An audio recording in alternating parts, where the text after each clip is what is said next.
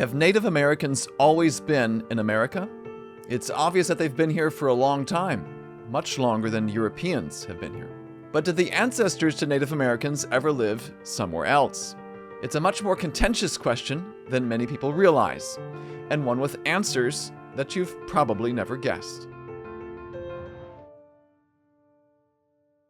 My name is Nathaniel Jeanson. I'm the research biologist with Answers in Genesis, and this is the lost history of North America.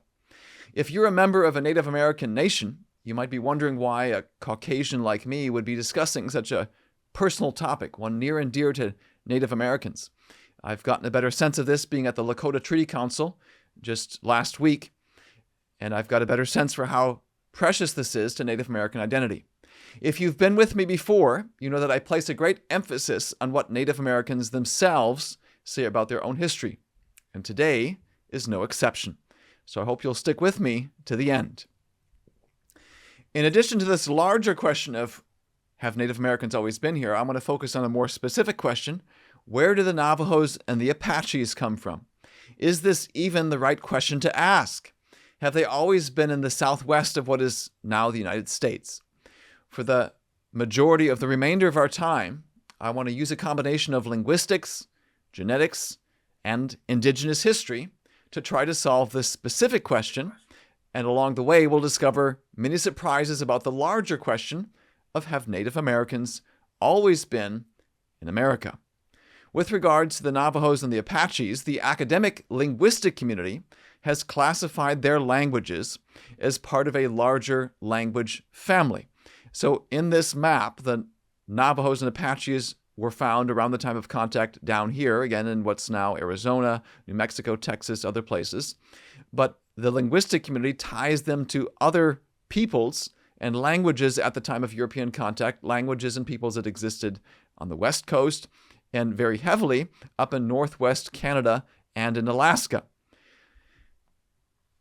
So given these linguistic connections, is it valid to hypothesize that the peoples of the American Southwest were once residents of the bitterly cold Arctic North? The academic community would say yes.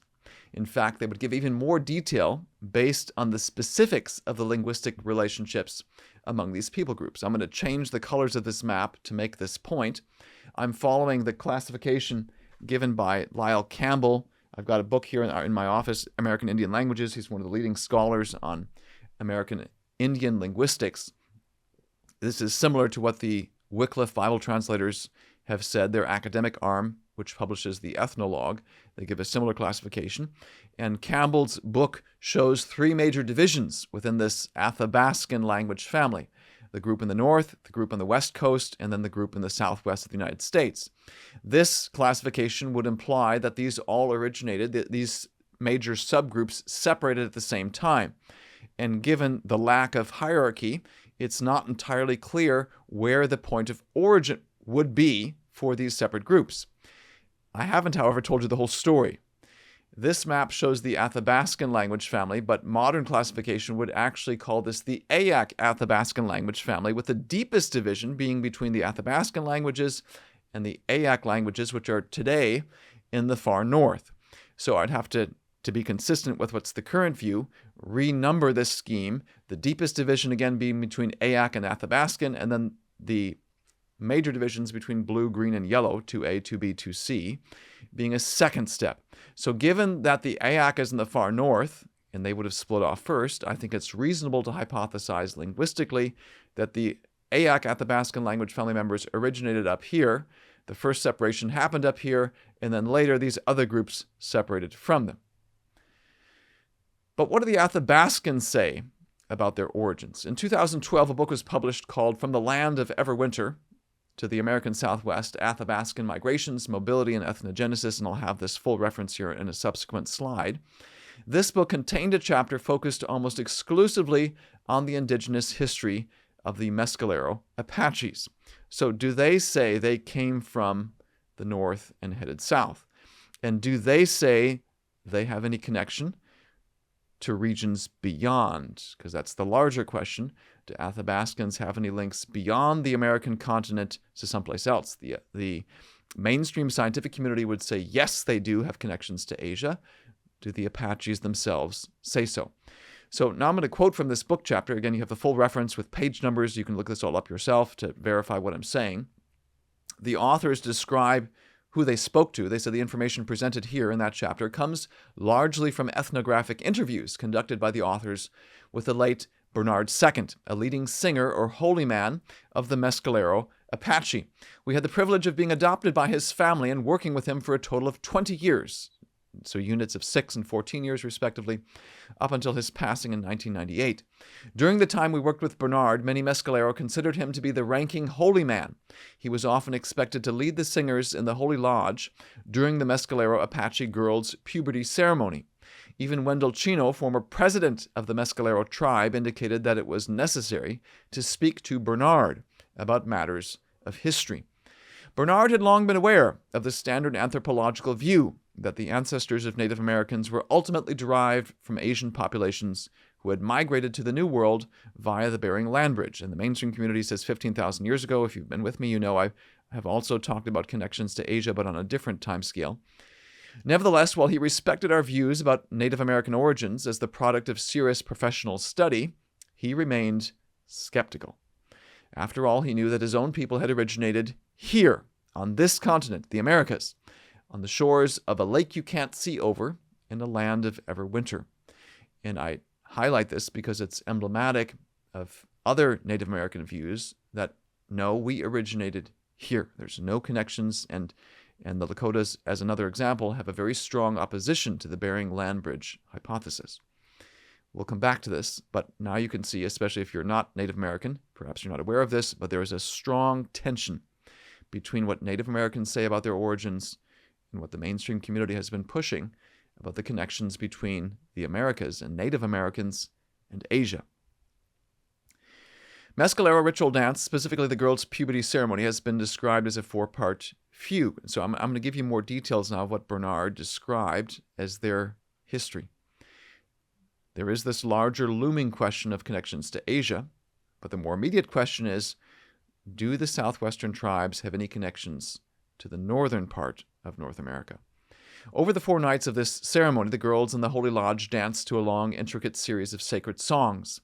It is these sacred songs that contain and maintain the knowledge of the deep antiquity of tribal history.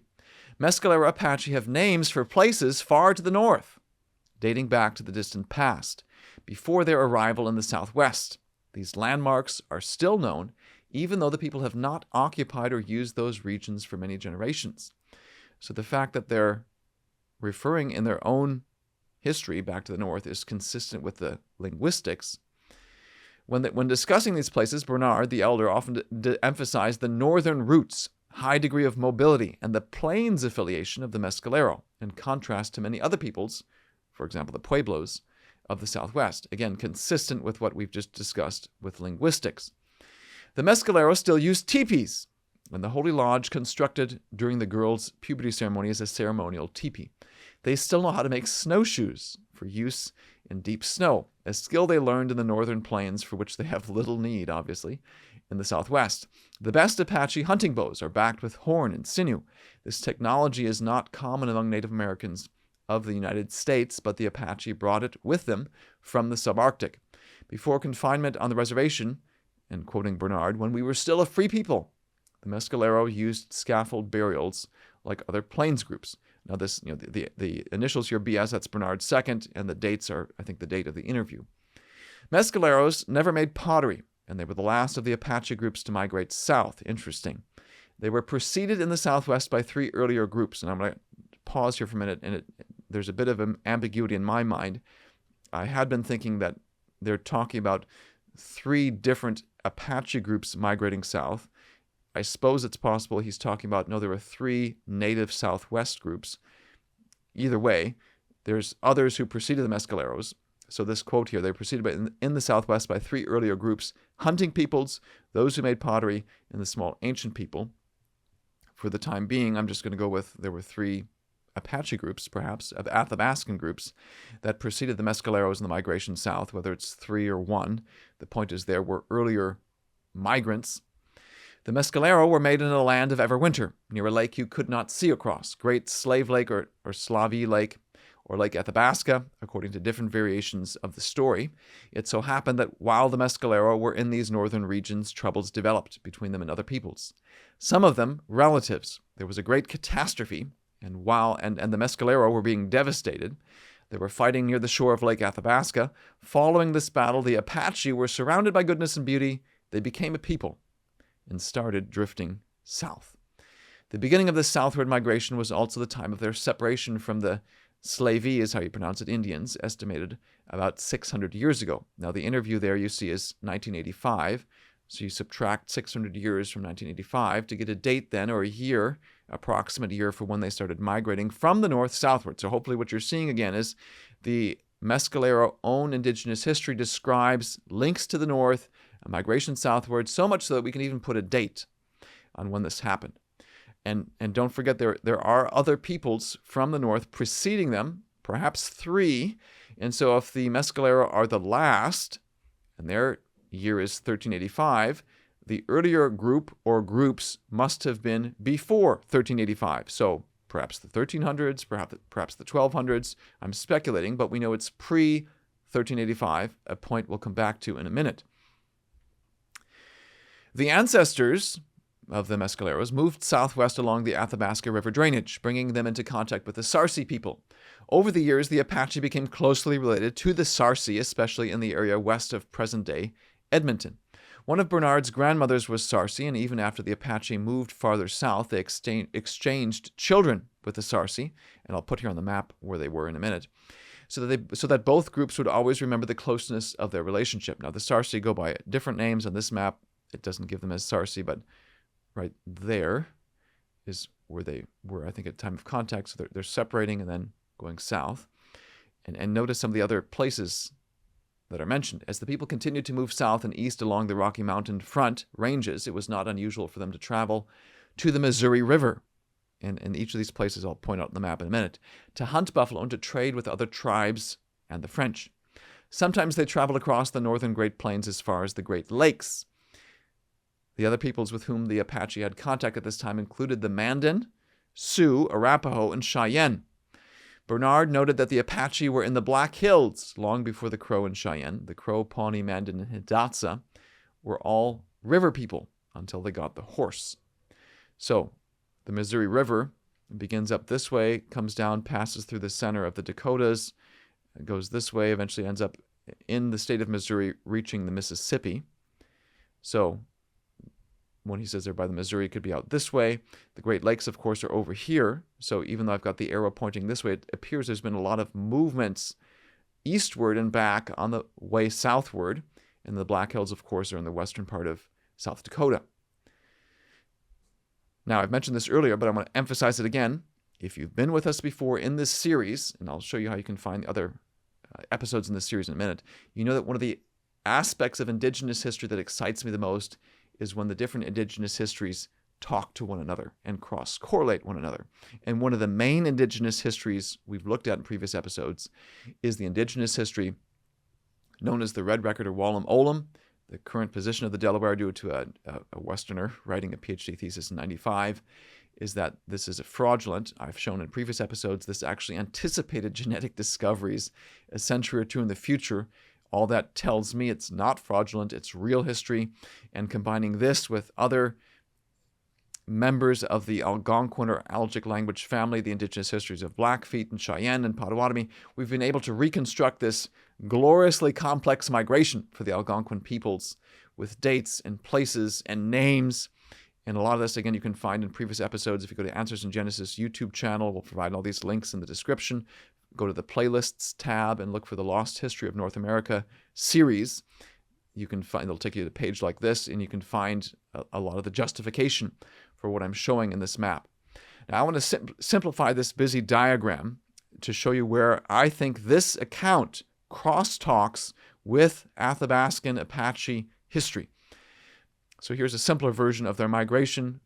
They do seem to describe a crossing of the Bering Strait and going down the western part of Canada, across the Great Plains, eventually reaching the Mississippi, and ultimately landing on the eastern seaboard where they were at the time of European contact. One of the biggest events in this history that we can see an archaeological echo of was a great battle at the Mississippi with the Talegas, which I think, here's the quotes then from the Red Record, are the Natchez and their relatives, perhaps also Muskogeans. They talk about there being a war going eastward to the rising sun. They separated the Mississippi. Now the battles, the lodgeman, notice the dates here as well, 1250s and later. The lodgeman was the sachem. The Talega possessed the east, which again I think are Natchez and relatives. The strong ally was the sachem, land to the east he asked for, eastward some travel. The Talega king massacred them.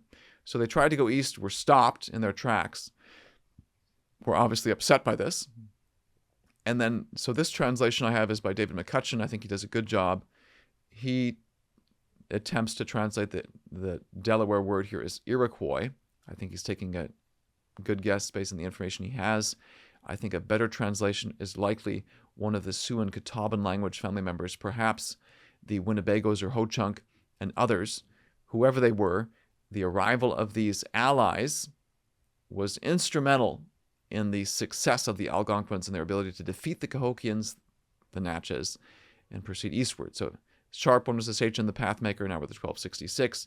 I should say, and I've mentioned this when I discussed this and derived this in other episodes, I give exact years, but these are estimates, so it's roughly around that time. They won many victories, driving away the Talegas, not ultimately, because then, while Stirring was the sachem, extremely strong were the Talegas. Then they continued their victories, they captured the great towns, and finally when the guy named Crusher was the sachem, southward fled out the Talegas. You can see the echoes of this archaeologically. So it took several sachems, several decades before they finally were able to permanently defeat the Talegas. And you see the timing line up with a fall archaeologically of Cahokia.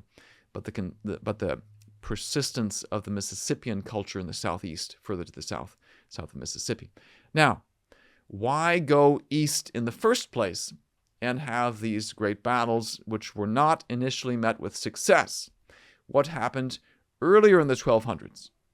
And I want to back us up. I introduced this section to you with this guy east looking, and it said he was melancholy about the war. What war? Let's back up 7 stanzas from this point to the earlier 1200s so you can see what exactly happened. And this is, I think, where the link to the Mescaleros comes in, and that's, I think, is thrilling. So just real fast now, the sachems who led up to this. White Chick was the sachem, 1206. Once more, bloodshed. Notice the pattern. Then Mighty Wolf, 1214. He could fight every foe. The strong stone he struck down. So more battles. 1221, wholehearted. Fighting the snakes. 1229, strong as good, the sachem. Fighting the North Walkers. 1236, poor one. Fighting invaders. So when it says east looking was the sachem, melancholy about the war, they had several decades of war on the plains. No wonder they wanted to go eastward. They wanted to escape all that. And then ran into the buzzsaw of Cahokia, which, with the help of allies, they were eventually able to defeat. Did you notice something, though, in what I just read in those sachems? I want to list for you again the enemies that they faced. Strong stone, the snakes. If you read the Red Record, you'll notice stone is a term they use for enemies on a number of occasions. Snakes shows up frequently as a term for enemies. I don't know if it's just a generic term, but it's there a lot. Invaders is a generic term. Notice this one, though, how evocative. In 1229, they fight someone called the North Walkers. Why would they call them that, and who is that? Back to the larger map, these Algonquins and Delawares start in the north and pass through the Arctic regions, through Canada, before eventually arising on the Great Plains. They had major battles up here. They surely ran into other peoples. They talk about there being other peoples who preceded them in the Americas.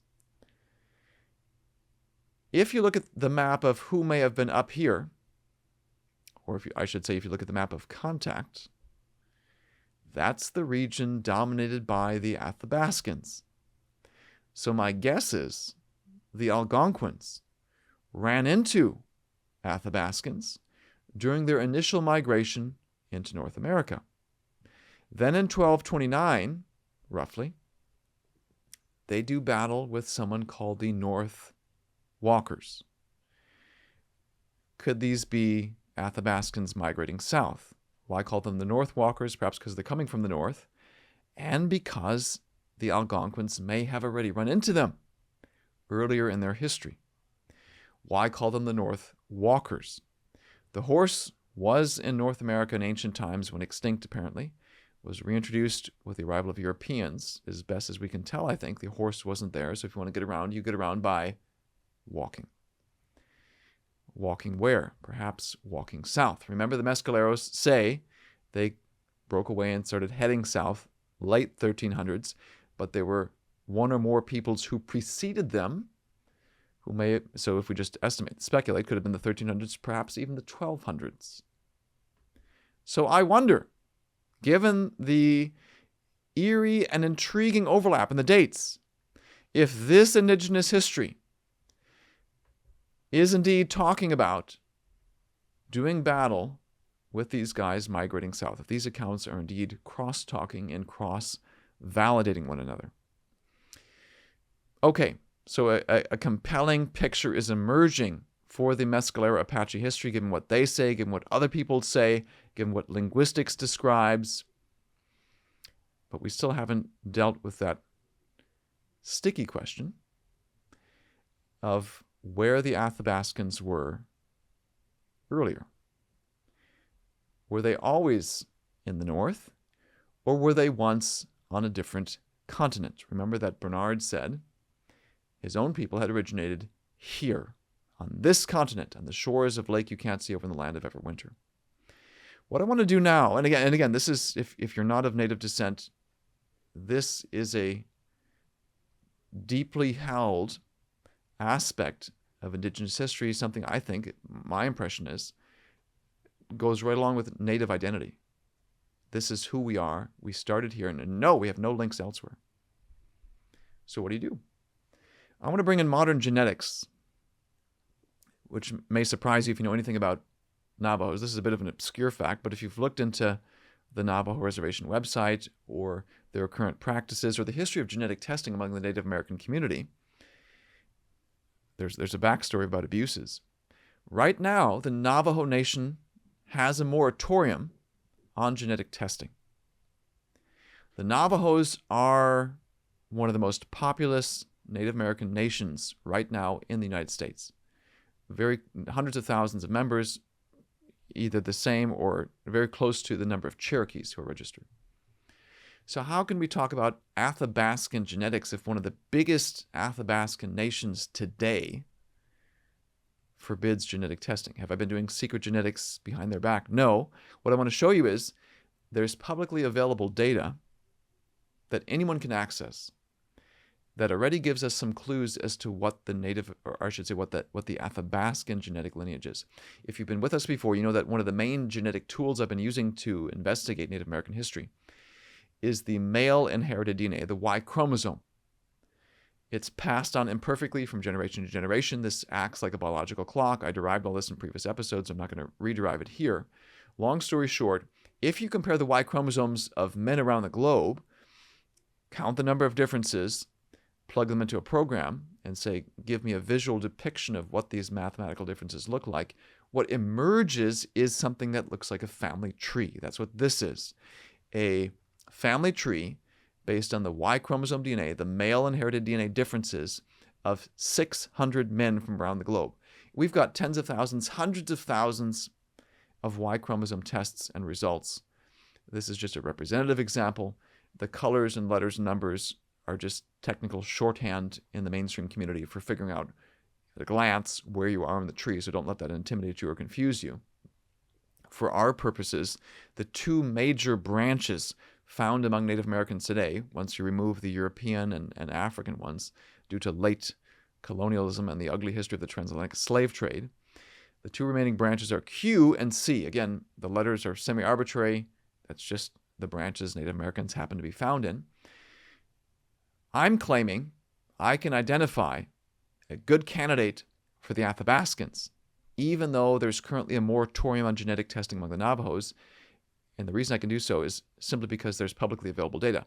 Again, if you've been with us before in the series, you know that I did something similar for the Algic or Algonquin peoples. Family Tree DNA is one of the biggest databases out there. They're a commercial genetic testing company, but they have in their database over 214,000 tested users, 214,000 Y chromosome tested men. And for the Algonquins, this is how we identified. I'm going to go through this quickly. It's a bit technical, but just know that this is the type of approach we're taking. So again, we've got these two main branches. Haplogroup is just a fancy technical term for branch. So branch C, branch Q, the main Native American branches. We have that in this family tree DNA database. Now, they don't tell you the Native American nation. They don't say this is Navajo, this is Cree, this is Cherokee. They just say this is Native, and this is a Native from Canada or from the United States. They would say, okay, here's a branch, and this is a First Nation Canada, or this is Native American United States, and that's it. There's hundreds of Native American nations, First Nations, and all they give you is Canada, the United States, or Mexico, current national entities. That's what they give, and they're giving you the DNA from living people. I tend to ignore all the stuff from fossils just for reasons I don't have time to get into. So we have the DNA from living people. We also have, this is the second publicly available data set, census data. So I'm using the data for the United States from 2010, in which they talk about Native Americans and how they report themselves. I focus, for reasons I don't have time to get into, on the reporting of natives who say, I'm Native, in only one tribe, just because I think that's a better test case for looking at this genetic data. They're more likely to have a Native American branch. And then I use the 2016 Canadian census data where they have First Nation statistics. All that to say, in the United States, there's a diversity of Native Americans still alive today, distributed among a variety of language families. So one of the top ones here, Eyak Athabascan, but also Iroquoian, which Cherokee is part of that, then the Algic, which was the focus in previous episodes. And in Canada, the reason we were able to identify the Algic language family branch is because in Canada, 80% of First Nation members belong to the Algic language family. And if we just simplify these statistics, Canada is dominated by Algic. The reverse is true in the United States. Algic is a small minority dominated by other groups. And then when you compare these statistics to the frequency of these genetic branches in the databases, there's this strong overlap. Again, I went through this quickly, didn't derive it in great detail, but the point is comparing DNA results from living men to census numbers, we were able to already identify the Algic or Algonquin language family branch. Can we do the same for the Athabascan? Yes, there's Athabascans in Canada, but if we back up here, you'll notice that they're just a small fraction of the total. Eyak Athabascan Canada is only about 2%. And there aren't many Canadian First Nation branches in the family tree DNA database. So not enough to have any hopes of having a statistical fighting chance of finding it. So I'm going to ignore the Canadian data for the moment. I'm not going to look at haplogroup C, branch C, because we've already identified that as Algonquin. That was, again, all background. Even if you didn't follow all that, what we want to do now is compare the frequency of sub-branches of branch Q, because branch C, we've already identified as Algonquin. Are there any sub-branches of Q that exist at a frequency that might match the frequency by census of living Eyak Athabascan members today? So they're about a fourth, almost 25% of the total Native Americans alive, at least in 2010. So what do we see in this database? There is a branch. Again, these are just technical terms. What is it? You don't need to memorize all this. Q-Y4300 just so happens to be at a frequency among the U.S. members in this study, among Native American branches, of about 24%. Interesting. That's not enough by my standards to call that Athabascan, because the Iroquoian are 22%, and this percentage is not from an academic study, it's just from user-reported data. So finding this branch that's at this frequency, and I don't think there's really any other branch that reaches this high of a frequency in this family tree DNA data set for Native American purposes. This frequency, to me, says this is a good candidate, yes, for Eyak Athabascan, but it could also be an Iroquoian branch. Maybe this is Cherokee. These other language family members don't have a high enough percentage to make me think this could be one of theirs. Theoretically possible, but unlikely. So I'd say the first line of evidence that to me suggests this could be a candidate for Athabascan is its frequency. It's close to Eyak Athabascan. It's also close to Iroquoian, so we have to find additional evidence to distinguish between these two. This is a publicly available database. You can look this up yourself. You'll find that this Q-43Y4300 also has sub-branches that connect to Mexico. Why is that important? At contact, the Athabascans were found at what's now the U.S.-Mexico border. But the Iroquoians, just to advance the labels here, were in the east, not by Mexico. So the fact that this branch is close in frequency to the frequency of living Athabascans and has connections to Mexico, to me, tells me this is a much better candidate for Athabascan than for Iroquoian. And the third line of evidence that makes this a strong candidate in my mind for the Athabascan lineage is that one of the Navajo code talkers who aided the United States in World War II in defeating the Japanese submitted a sample of his DNA for testing shortly before he passed. And he also belongs to this branch. So these three lines of evidence together, I think, suggest this is the Athabascan genetic lineage. Why does that matter for our larger question of where do the Athabascans come from? Because this sub-branch, Y4300, is a sub-branch of Q, branch Q. Branch Q has a clearly defined history, one that links it to Asia. This map shows you circles representing the relative frequency of this particular branch. This is from academic studies. So these big circles represent 90% or 100% of the total. It's high abundance among Native Americans when you remove the European and African branches. In the Old World, there's larger circles in this Siberian Central Asian area, and that's, to make another long story short, is the origin of this branch, apparently. This is the same time when other Central Asians were migrating into Europe. The Huns were invading the Roman Empire around this time. The Shanbai and the other side of the Old World in China were taking up residence after the fall of the Han Dynasty in China. So there's Huns into Europe, Shanbai into China, and then there's apparently a third group of Central Asians migrating into the Americas shortly before the, I guess you could say almost the Roman era equivalent in the Americas. The Mayan Empire was falling. A very intriguing cause-effect relationship. But this genetic data would suggest that the Athabascans, given these multiple steps of linkage, linking the Athabascans to this lineage, linking this lineage to the history of branch Q, this would suggest that perhaps in the 300s to 600s, yes, they were in northwest North America, but prior to that time, just to kind of average things out, before the 400s, 300s, these genetic data would suggest the Athabascans were not in the Americas, but in Asia. Now, I've been quoting to you from Bernard Second's Mescalero Indigenous History. The Mescalero Patch are not the only indigenous Athabascan history out there.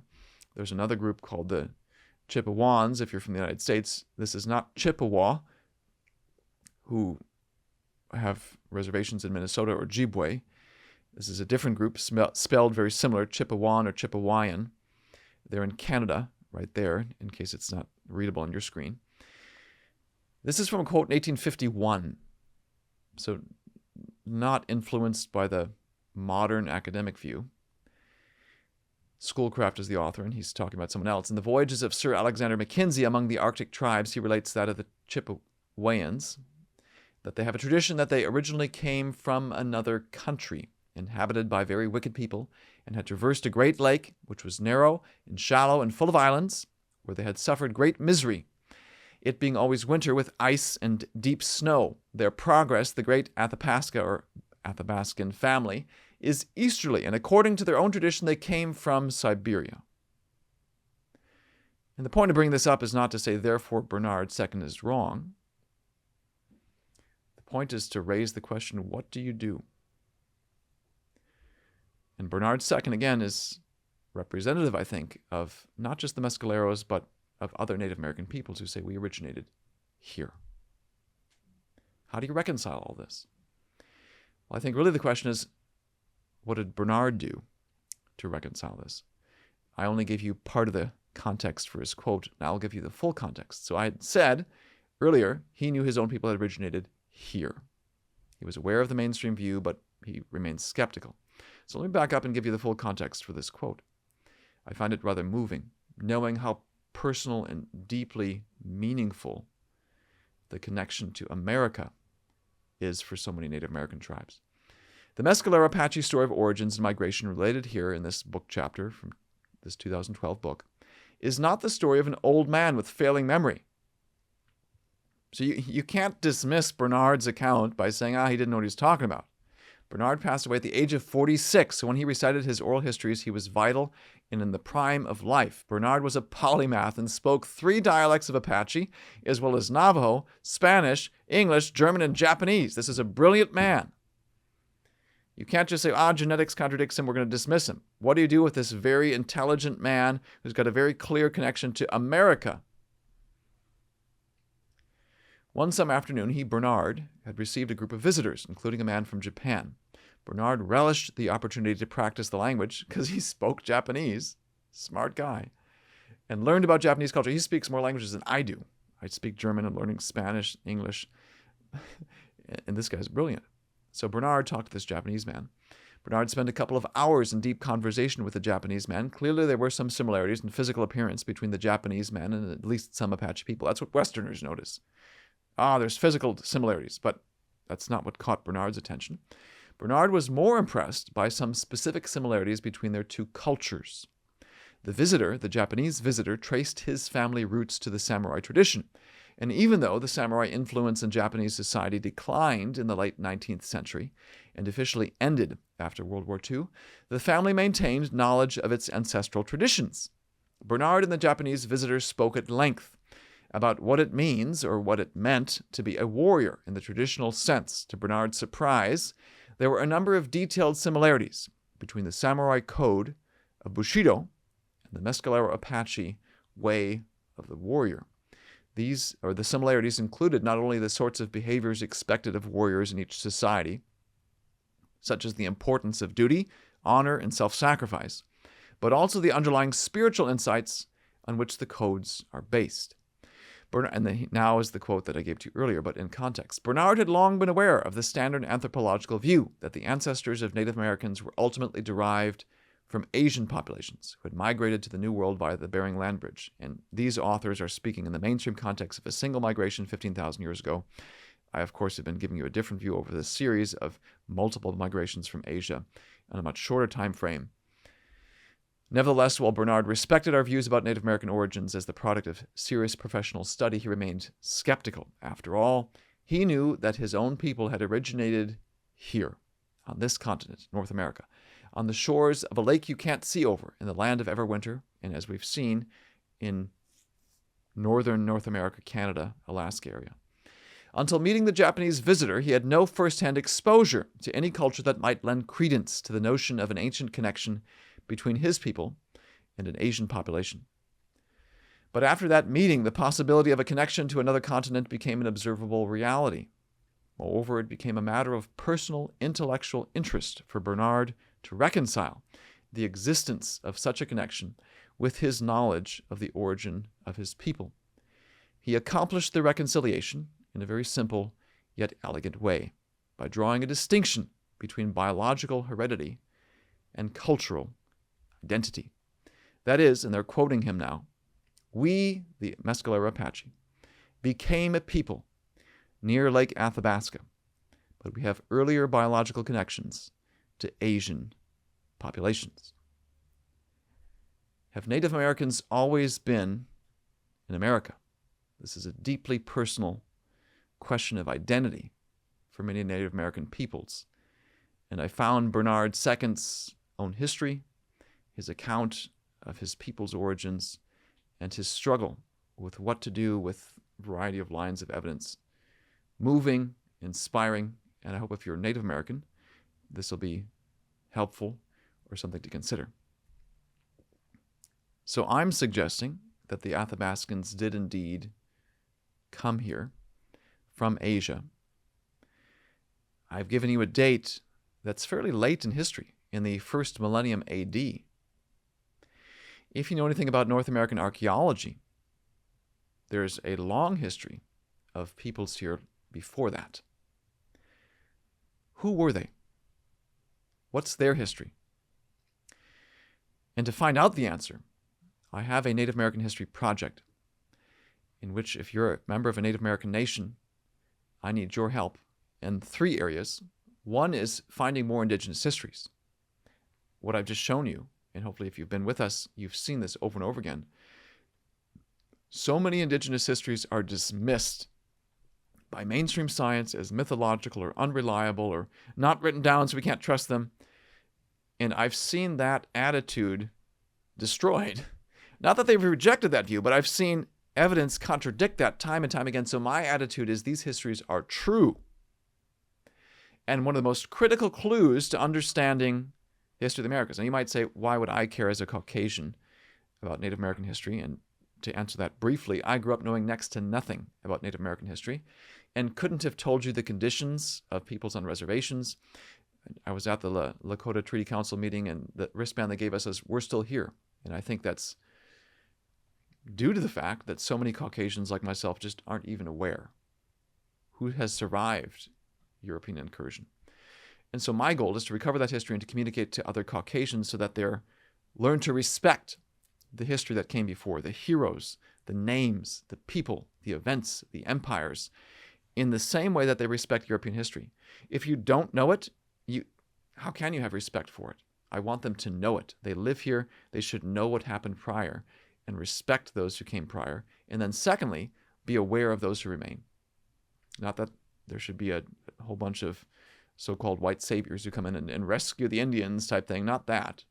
My goals are modest, that the living Caucasians would learn who came before, they'd recognize who are here now, and respect and care for all that. Because if you don't know, how can you care? And indigenous histories are a critical clue to uncovering all this. I'm looking all across North America. This project will also eventually be in Latin America, and I'll be in Latin America this coming year. But with the Iroquoians, with many tribes on the west coast of the United States and Canada, I haven't been able to find as many indigenous histories to give the clues as I'd like. So if you have clues along that respect, love to hear it. If you're a member of any nation in North America, I've been trying to synthesize all these indigenous histories. I would be grateful for your help in that respect. Secondly, we are looking to genetics. There's a way, I think we can do this semi-privately, where I've talked to the Family Tree DNA CEO, where he said he can ship test kits to me, so long as I can assure him I'm taking care of the ethical side of things. And I can distribute the kits to the participants. I'm the only one then who has, or Answers in Genesis is the only entity that has the personal information when we send the test kits, which are just, I think, cheek swabs, not blood samples. Cheek swabs back to the company. All they get is tubes with numbers, not tubes with names and addresses. They run the samples, they give the data back to me, then I go back to the participants. Here's what your data means for the wider question. I'd like to be able to publish that, not with the personal information, but here's the family tree. Here's the branches. This branch is this nation. This branch is this nation. Here's a branch we just discovered. I anticipate that happening at some point that no one else has discovered. That'll give some clues to who was here earlier. We're looking for males who can say, yeah, my dad, his dad, going all the way back, goes back to Native American males. Because I've had, the Y chromosome is weird. I've had men come and say, look, I'm Caucasian like you are, but we've done my family history and I go back to a Native American chieftain or male Native American nation member, and I've done a Y chromosome test and I'm in a native branch, even though my physical appearance would suggest otherwise. And I've had the reverse, a guy who's living on one of the reservations, looks Native American, but says, hey, I know my family history. I know I go back to a Caucasian on the father's side, and so I'm going to have a European origin Y chromosome. So that's why I'm saying we're looking for males with strictly native paternal ancestry to better our chances of finding the Native American Y chromosome lineages. I have contacts now in about 30 to 35 different nations. Like I said, I've just been at the Lakota Treaty Council speaking to them about what can they do, recommendations I had for if they wanted to do genetic testing, how can they go about doing this. I've got about 25 Y chromosome candidates so far from different nations who've come to me saying, yeah, I want to participate. I've got this paternal link. Third group, though, or third way you can be of help if you're a Native American Nation member is just looking for advocates, folks who can say, when you get to that point, and if we get to about 100 Native American volunteers, which is my goal, given budget and other considerations, I will need to get the permissions of each participating tribal nation. And just pause for a minute and say this may be the last for a while in this series of the Lost History of North America, episode 5. We may do episode 6, where I give some sort of here's a how-to. If you're a Native American nation, think about genetic testing, sort of tell you what I told the Lakotas about 7 points to consider, how to avoid tests that the government may use against you, show how genetics is confirming indigenous histories, ways to potentially do this privately, and so on. But I'm at the stage now, I need to write this into a book. So if you like the content, you say, I want some more, hopefully I'll have a book within the next 12 to 16 months that goes into much more detail. So stay tuned. And then when that book comes out, we'll probably have some more videos. But along the way, then, as we're doing this project, we're going to be doing the project along the way, even as I'm writing. I'm going to need advocates who say, we want to know our history. Because my impression is, me just going in as a Caucasian, unlikely that anyone would want to approve of this. But if there's a whole group of Native Americans saying, no, we want to know more details about this, you can be an advocate. So to get in touch with me then, if you go to our homepage, ancestorsingenesis.org, and you type in /go/traced, traced is the name of a book that I published last year, I'll tell you about in a minute. It should take you to a page that looks like that. You can click on this button or just scroll down on that page to enter your name and email. This goes directly to my email inbox. This is how I've gotten in touch with so many. It's actually how I got in touch with the Lakota Treaty Council. They messaged me, and so we started dialoguing and did Zoom meetings, and then I traveled out there. Again, you can find more in this series if you go to our Answers in Genesis YouTube page, the playlists, and find this tab. We'll give the links in the description. It'll take you to a page that looks like this. You can also get in touch with me on social media. I've got a variety of accounts because I don't know which ones I'll get kicked off of. I have some more of the backstory to this history and global genetic history in this book that came out in March of 2022, Traced Human DNA's Big Surprise. We did about a 16, 17-part series of videos that describe a lot of the conclusions in this book. One of the early Native American summaries, you can find that series, episode 3. And then there's, if you have Googled this, you might have found this series as well, New History of the Human Race we did during lockdown in 2020 that gave the initial results that led to the book Traced.